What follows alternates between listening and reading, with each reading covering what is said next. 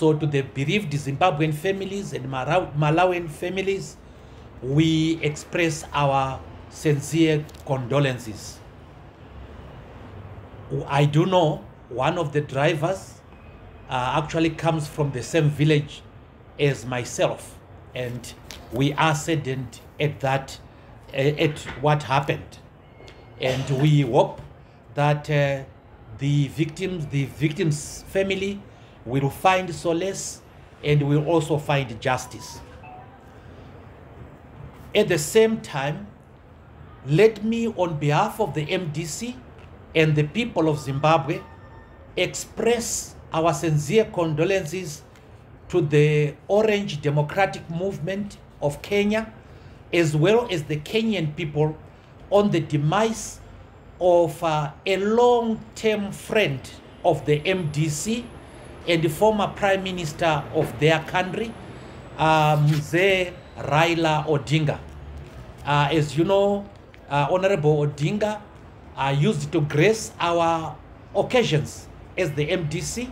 He was with us when we did our Congress in 2011 in Baba Fields. So we learned with sadness that he had passed on while on a trip in India. Ladies and gentlemen, the MDC continues to register a lot of milestones. Just recently, we were invited to the United Kingdom, where we attended the conference of the Labour Party. This is the 4th time in a row that the MDC is being invited at such an important international forum. We are aware, of course, that there were a lot of efforts made by Zimbabweans within the opposition to try to embarrass us, to try to stop us from attending this conference. And we are grateful that all the shenanigans that they tried to do were ignored by the British government. The reason why we attend conferences of the Labour Party is because the Labour Party is our sister party. It came from the trade unions. It is a social democratic party. We came from the trade unions. We are a social democratic party. So meetings like that provide us with an opportunity to interact with the other political parties across the world. At that conference, we met a delegation from Ghana, and these are from the ruling party of Ghana now, the NDC. We also met a delegation from Cameroon, and I'm happy to say that we were the only delegation from Southern Africa. So we feel honored indeed, we feel flattered indeed as the MDC to interact with other people from across the world. We did meet quite a number of leaders of the democratic parties, leaders from Sweden, Hungary, Iraq, the United Kingdom itself, France, Malta, and a number of the Scandinavian countries, the Norwegians, as well as the Germans and the Danish people. We also met people from Eastern Europe, Estonia, etc. So this was a big interaction indeed. And we had a number of side meetings with representatives of those delegations. I was happy to meet the former Prime Minister of Australia, Madame Julian Gillard, a very big inspiration indeed, and now a friend of the MDC.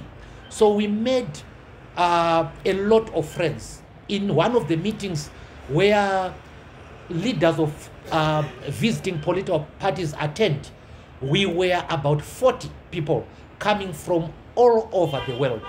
And the good thing is that the MDC was represented. We are aware that there are certain people within the opposition who even wrote so that they will be included in the delegations. Unfortunately, their applications were declined. We are very happy as the MDC also that we took advantage of our international engagements to advance both national and international interests. For example, we took advantage to address the problems that are faced by 4 million Zimbabweans within the diaspora. As you know, that there is a lot of injustice that happens to people in the diaspora. We were able to address that. We were also able to deal with issues relating to how the diaspora people are treated here in Zimbabwe. They are contributing to the fiscus. They are bringing a lot of remittances to Zimbabwe every year, and yet they are disenfranchised. So we took opportunity to continue our fight for the diaspora vote. Of course, we are going to intensify our interaction with the people within the diaspora itself, irrespective of political opinions. Previously, it was difficult to interact with some of them because some of them were very, they had a lot of animosity on the MDC.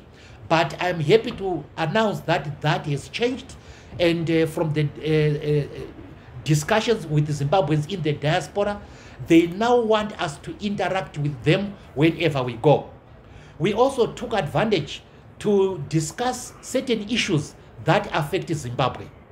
For example, the MDC is a proponent that Zimbabwe must be allowed to join the Commonwealth.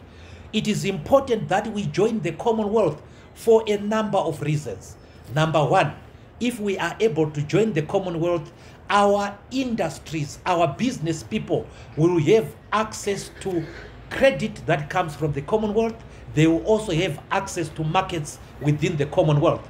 So it is important for Zimbabwe business that we are in the Commonwealth. Ease of travel is also one of the advantages of being in the Commonwealth. As you know, number three, there are a number of scholarships that the Commonwealth does give to scholars. So our students within Zimbabwe will be able to access Commonwealth scholarships. And this is incredibly important for our land. And then, of course, as you know, ladies and gentlemen, sport is no longer a luxury. It is a means of earning a living. So if our athletes are able to compete in the Commonwealth Games, it is good for Zimbabwe. So the MDC is a proponent of Zimbabwe rejoining the Commonwealth. And we did express that whenever we got the ear of people within the British establishment. Ladies and gentlemen, one of the things that the MDC has been known for since the time of Morgan Tsvangirai is the campaign to have Zimbabwe's international isolation removed. It is important that all the sanctions that are operating against Zimbabwe be removed. We do not take this to be assisting ZANU-PF. No, the people who bear the brunt of sanctions are the people of Zimbabwe, are the people who are oppressed and downtrodden already. So those sanctions must go, and we have taken advantage of our being there to express our desire that these things must go. The MDC remains the first political party to fight against the 2030 agenda. We cannot accept a situation where our constitution is desecrated because people are selfish, because people are self-serving, because people are enjoying life on behalf of the masses. There is no reason why President Mnangagwa must extend his term of office beyond what he is allowed in the constitution. For that reason, we stand firmly opposed to the so-called 2030 agenda, and we will resist it with all our might. We are not doing this to spite anyone. We are not doing this for our own gain. We are doing this for the interest of the future of Zimbabwe. If we have this 2030 agenda, there will be so much instability in our country. It is foreseeable. Already they are fighting within ZANU-PF. And this is a fight of people who have access to dangerous property. They have access to dangerous weapons and so on. So why risk the lives of the people of Zimbabwe by engaging in an adventure that does not help them? Number two, why should we give President Mnangagwa, who is over 80, with another term? He has been a minister since 1980, and he has been president first, completing the tenure of President Mugabe, and the 2 terms that he has been given. He needs to be a very ungrateful man to seek anything beyond that. Third, there is nothing special that we have received from his presidency at all. Zimbabweans continue wallowing in poverty, although they say that there is economic development in Zimbabwe. Average Zimbabweans have become poorer. Some Zimbabweans cannot afford a meal a day every day, and there is a lot of unemployment. So why should we have the 3rd term? And then fourth, it just cements our characterization by the international community as a pariah state, a state that does not abide by its own laws. And then lastly, the MDC was an active participant in the drafting of the constitution, and it had the views of the people of Zimbabwe. The people of Zimbabwe want a limited term. Somebody rules the country, is given a 2nd term if possible, and then they go home. So we remain opposed to the so-called 2030 agenda. We know that the government has started a program to deal with the victims of Gukurahundi in Matabeleland and the lower Midlands region. Although we do not have sight, we have not had sight of much progress in that program, we think that it is worth engaging the local people. But the reports we continue to receive is that the meetings are characterized by apathy because the local people are not trusting this program. So we still call upon government to continue to try to assist the victims of Gukurahundi. But as the MDC, we are going further. Post Gukurahundi, there was a lot of violence. Violence in 2000, for example, after the formation of the MDC, 2002, and culminating in 2008. In 2008, the MDC lost over 300 of its finest youngsters, including Tondera Indira, Beta Chokururama, Godfrey Kauzani, Ken Nyeve, Shepard Jani, and a lot of people. Joshua Bakap Cheza is one of them.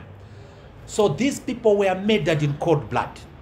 And after that, of course, we had shootings that did take place. The MDC is calling upon government to compensate the victims of the politically motivated violence, among other things that took place, among other years that took place in 2008, before and even before and after that. These people must be compensated. So the compensation is going to be targeted towards the families of the victims of the people who were murdered. But we are also looking at people who were internally and externally displaced. They need to be compensated. And then we are looking at people who were maimed, who were injured as a result of this senseless violence.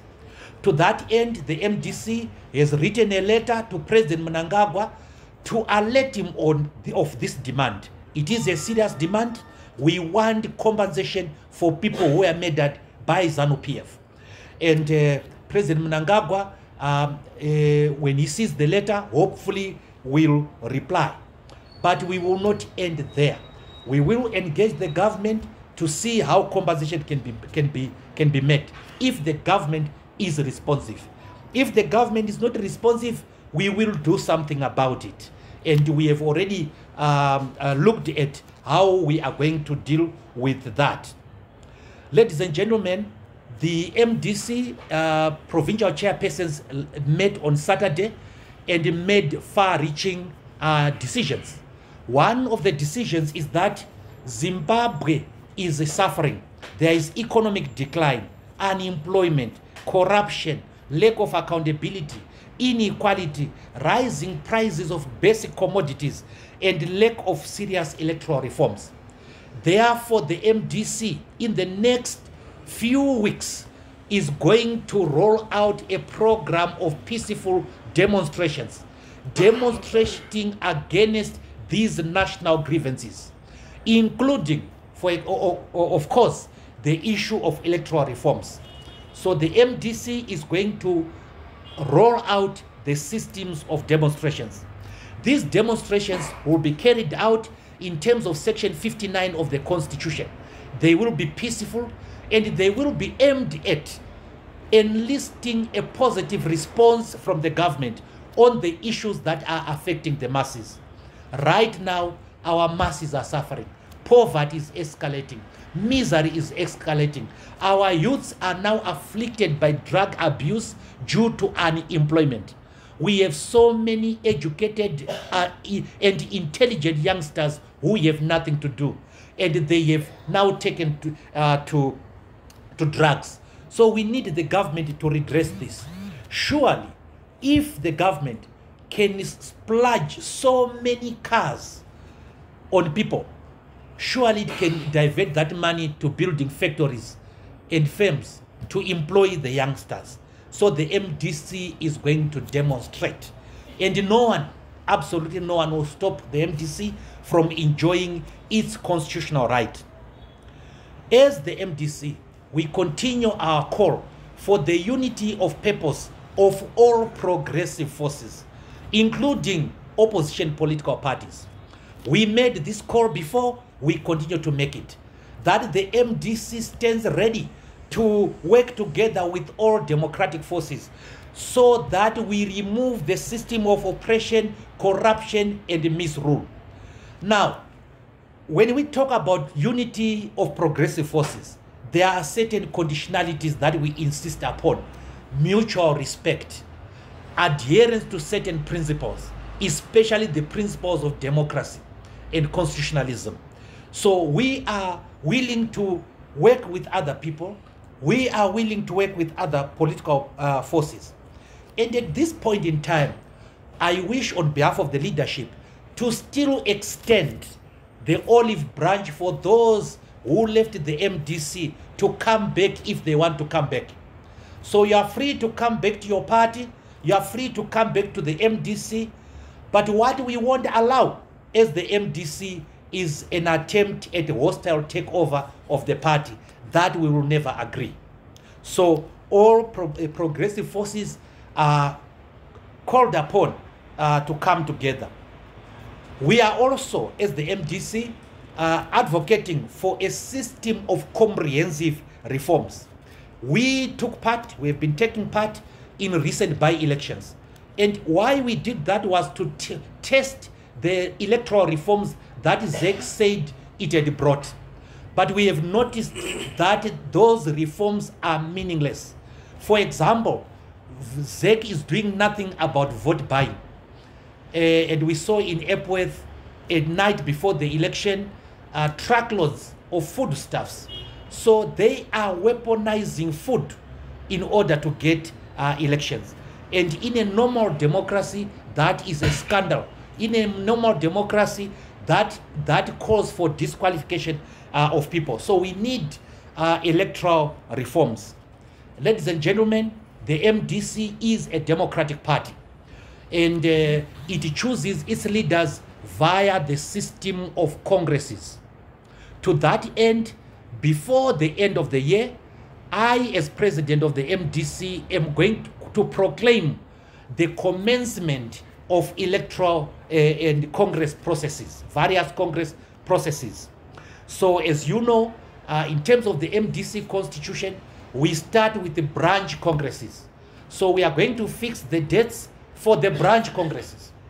And then after the branch congresses, we have ward congresses. So to give you an idea, we have over 10,000 branches.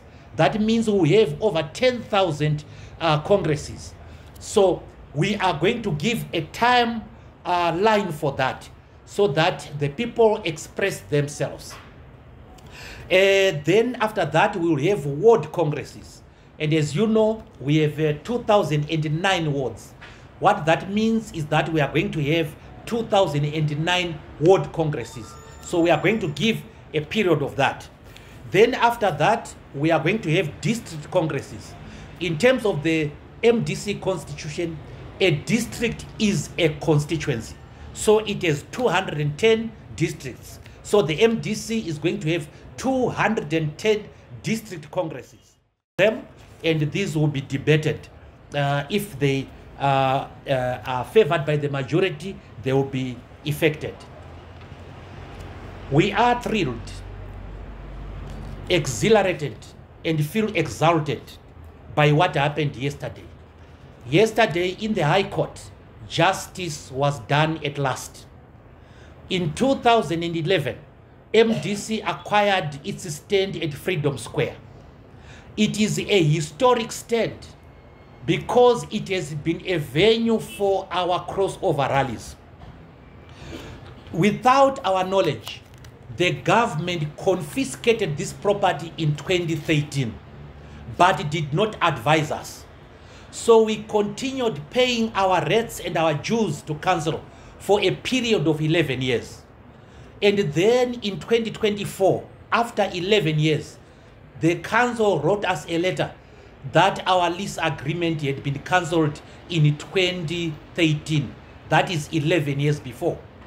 We were very unhappy about that, because why were they receiving our money for 11 years and failing to tell us for 11 years, and only telling us when we said we want to build on our stand?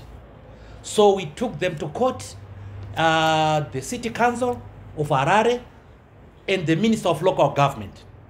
So yesterday, judgment was given. The MDC won its stand back.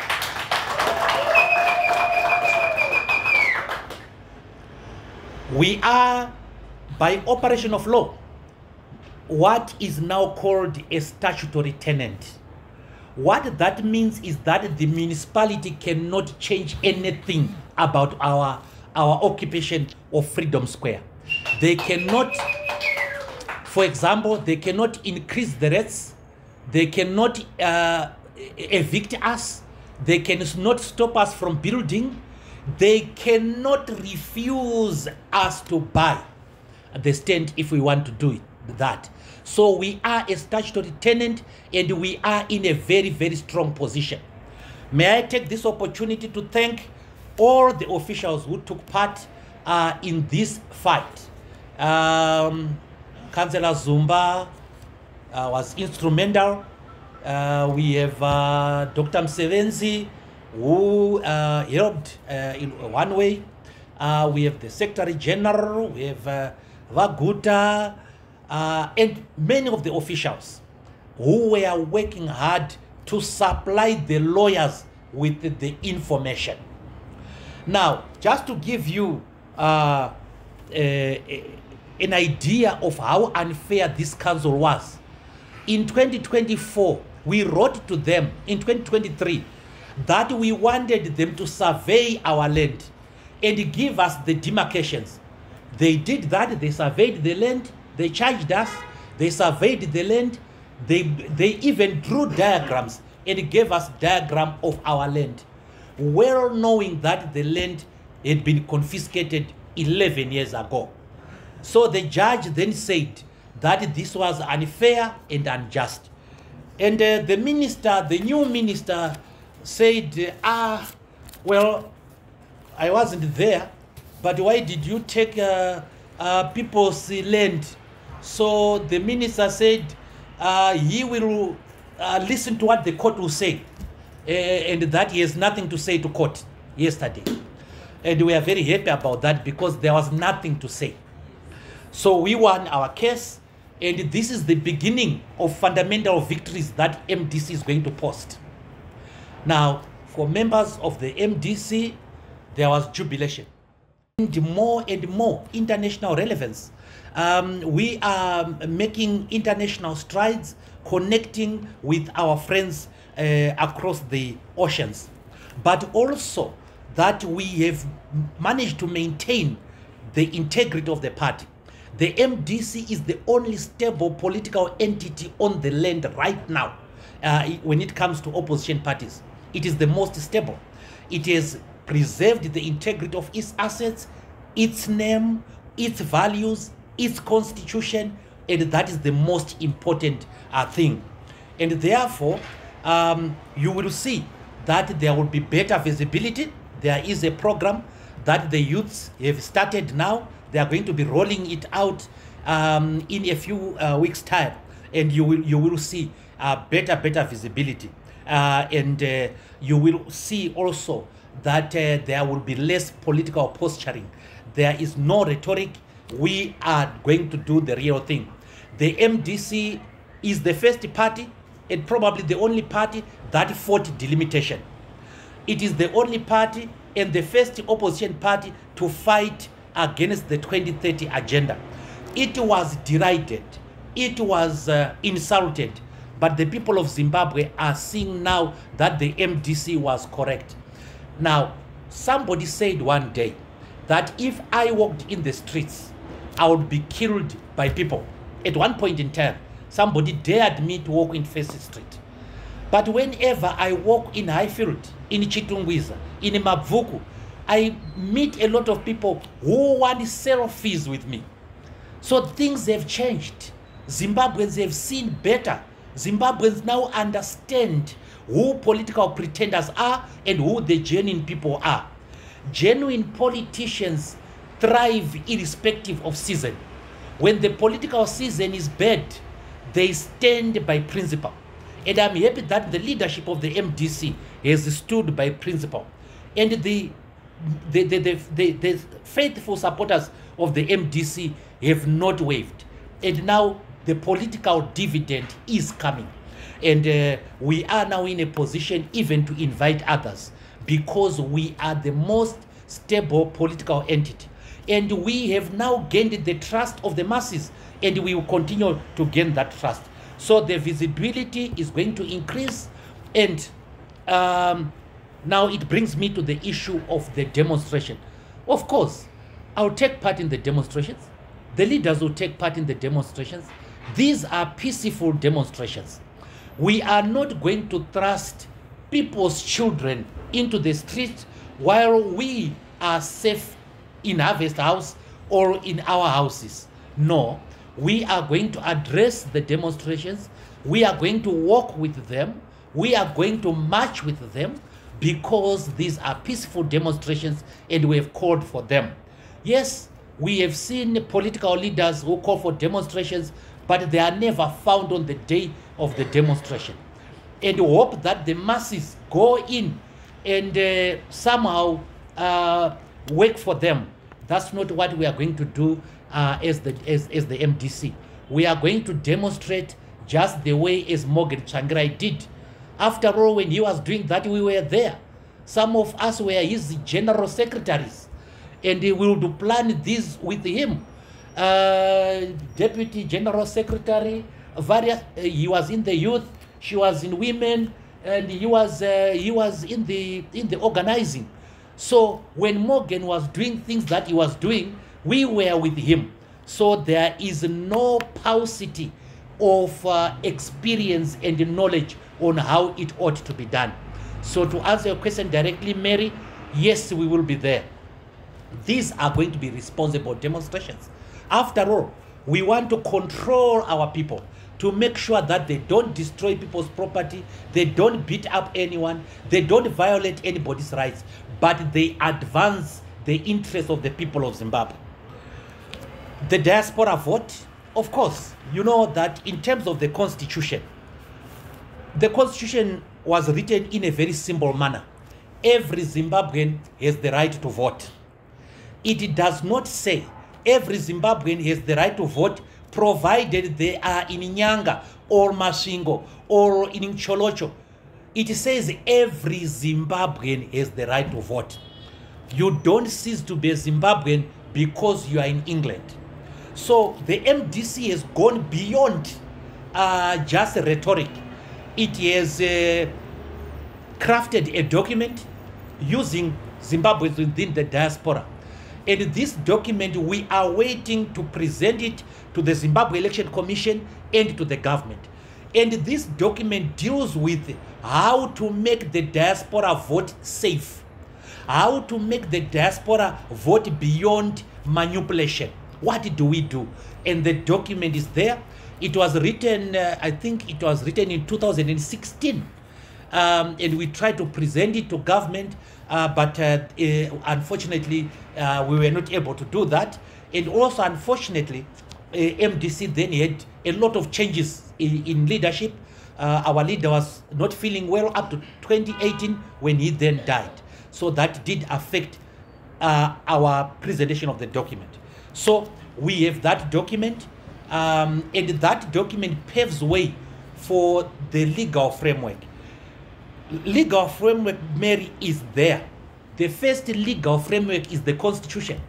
The Constitution says every Zimbabwean has the right to vote. That's the first fundamental legal framework. And then all we need to do is to amend the Electoral Act by removing the residency qualification. So we were prepared in 2023 for a compromise with government, because they were saying that now if a vote comes from the diaspora, how do we allocate it to the ward and to the constituents?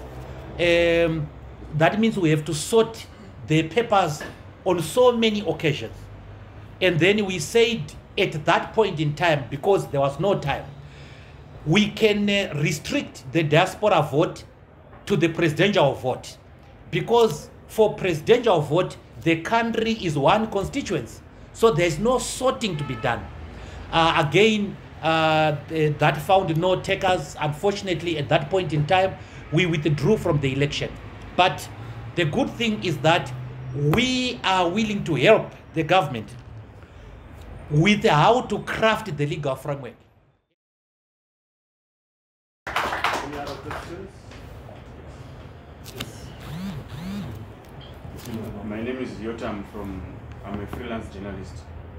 Senator Monzora, there are calls that made by a former ZANU-PF Central Committee member and a war veteran, Blessed Runesugeza, to say, let's go into the streets on Friday. Are you going to support him, or are you going to take part in those demonstrations? Because they are like the same with what you are planning to do in the couple of weeks to come. Are you going to participate in the demonstrations tomorrow?